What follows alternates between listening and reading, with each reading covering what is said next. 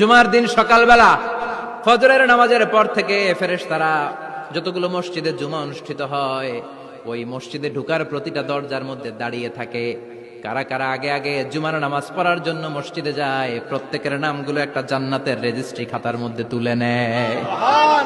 এই নামগুলো স্পেশালি আল্লাহর কাছে পাঠানোর জন্য। সুবহানাল্লাহ কইবেন না? ডানে বায়ে সামনে পেছনে যতগুলো দরজা, প্রতিটা দরজায় ফেরেশতারা বসে থাকে।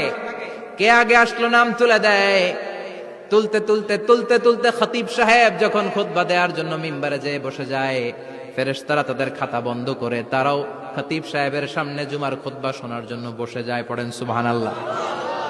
প্রথম জুমার দিন জুমার মসজিদে যে ঢুকবে, বিশ্বনবী বললেন আল্লাহর রাস্তায় একটা উট কুরবানি দিলে যেই সওয়াব, এই সওয়াব আল্লাহ আমলনামায় দিয়ে দেয়।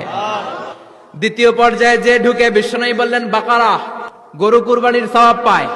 3 নম্বরে যে ঢুকবে, বিশ্বনবী বললেন কাবসা, হাদিসের ভাষায় এসেছে আল কাবাস, কাবাস মানে হলো বকরি, বকরি কুরবানির সওয়াব। 4 নম্বরে যে ঢুকবে তার হচ্ছে দাজাজা, দাজাজা মানে মুরগি। 5 নম্বরে যে ঢুকবে, বিশ্বনবী বললেন বাইদা। তো এই বয়দা আল্লাহর রাস্তায় দান করে দিলে যেই সওয়াব, পঞ্চম ব্যক্তি ওই সওয়াব পাবে। এই 5 জনের পরে আর লেখালেখি নাই, বাকিদেরটা নরমাল এন্ট্রি করে সব ফেরেশতারা খুতবা শোনার জন্য বসে যায়। সুবহানাল্লাহ।